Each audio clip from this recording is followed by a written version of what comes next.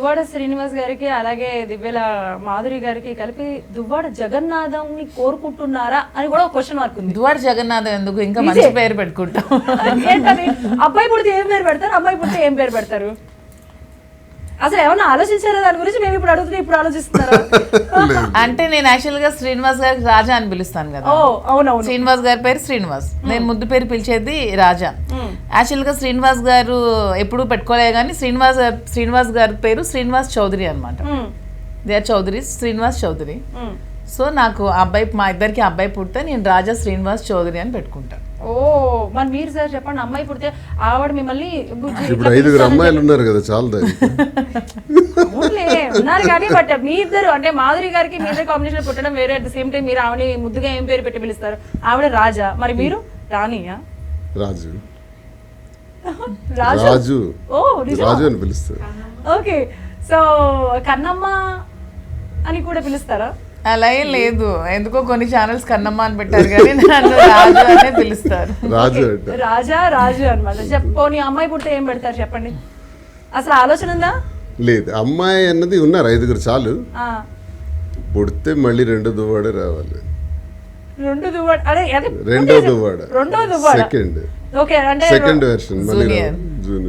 Okay, అంటే Duvvada 2.0 version తో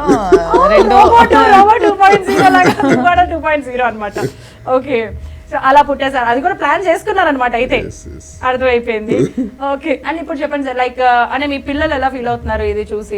మీ ఇద్దరు ఇలా కలిసిపోయి ఉన్నారు కదా, ఎప్పుడైనా నాన్న నాకు నువ్వు కావాలి, నువ్వు వచ్చేసి అని ఏమన్నా అడుగుతున్నారు, మిమ్మల్ని ప్రెషర్ చేస్తున్నారా? లేదు, మరి అది ఉండుంటే బాగానే ఉండేది. ఇప్పుడు వైఫ్ కానీ పిల్లలు కానీ అలా అనుకుని ఉంటే మా పరిస్థితి ఇంతవరకు వచ్చి ఉండేది కాదు. నా ఇంట్లో నేను, మా మాధురి వాళ్ళ ఇంట్లో మాధురి ఉండేవారు. మా గొడవలు పీక్స్కి వెళ్ళిపోయినాయి, కోర్టుల వరకు వెళ్ళిపోయినాయి.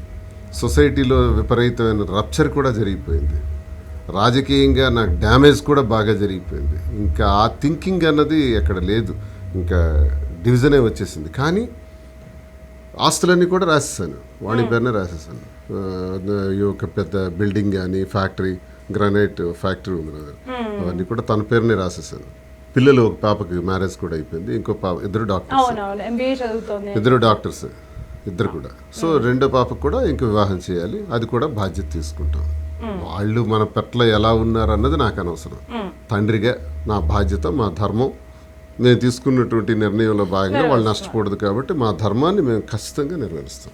ఓకే, సో మీ ఇద్దరు కలిసి ఉన్న ఇన్ని ఏళ్ళలో లైక్ 3 to 4 years అవనండి, ఎన్ని ఇయర్స్ అయినా కానివ్వండి, మీ ఇద్దరి మధ్యలో ఏదైనా ఘర్షణ జరగడం కానీ, కొట్లాటలు జరగడం కానీ, చిన్న జరుగుతూ ఉంటాయి ఏదైనా సరే.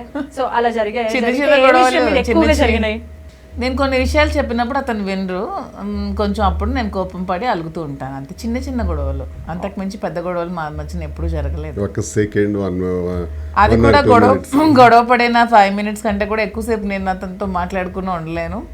మళ్ళీ నేనే దగ్గరికి వెళ్ళి నాకు సారీ చెప్పేయండి, త్వరగా మాట్లాడేస్తాను, రిక్వెస్ట్ చేస్తాను సారీ చెప్పమని, త్వరగా చెప్పేస్తే మాట్లాడుకుని ఉండలేకపోతున్నాను అని. సో విత్ ఇన్ 10 minutes మా గొడవ, అదర్వైజ్ 15 minutes క్లియర్ అయిపోతుంది. అంతకు మించి ఇద్దరం ఒకరు ఉండలేం. అతనికి కోపం ఎక్కువ అనుకున్నాను, బట్ మీరే నాకు కోపం వచ్చి నేను అలిగాను అన్నారు కదా, మళ్ళీ డౌట్ వచ్చింది, కోపం ఇక్కడ ఎక్కువ అక్కడ ఎక్కువ. అతనికి కోపం ఎక్కువ, నాకు అలకలు ఎక్కువ. సో బ్యాలెన్స్ అనమాట. సార్ మీరు ఇంటికి ఎప్పుడు ఫస్ట్ వెళ్ళి సారీ చెప్పడానికి ట్రై చేయలేదా? తను అడక్క ముందరే ఎప్పుడైనా చెప్పారు? అసలు సందర్భం ఎదురైందా? తను ఎప్పుడు ప్రేమతో ఉంటుంది. ప్రేమకి ఏదైనా సరే ఓటమే లొంగిపోవాల్సిందే. ప్రేమ ముందు ఏదైనా ఓడిపోతుంది. సో అంత ప్రేమతో తను ఏదైనా నాకు చెప్పేటప్పుడు ఏముంది, మధు సారీరా అనేస్తాను, రాజు సారీరా అంటాను.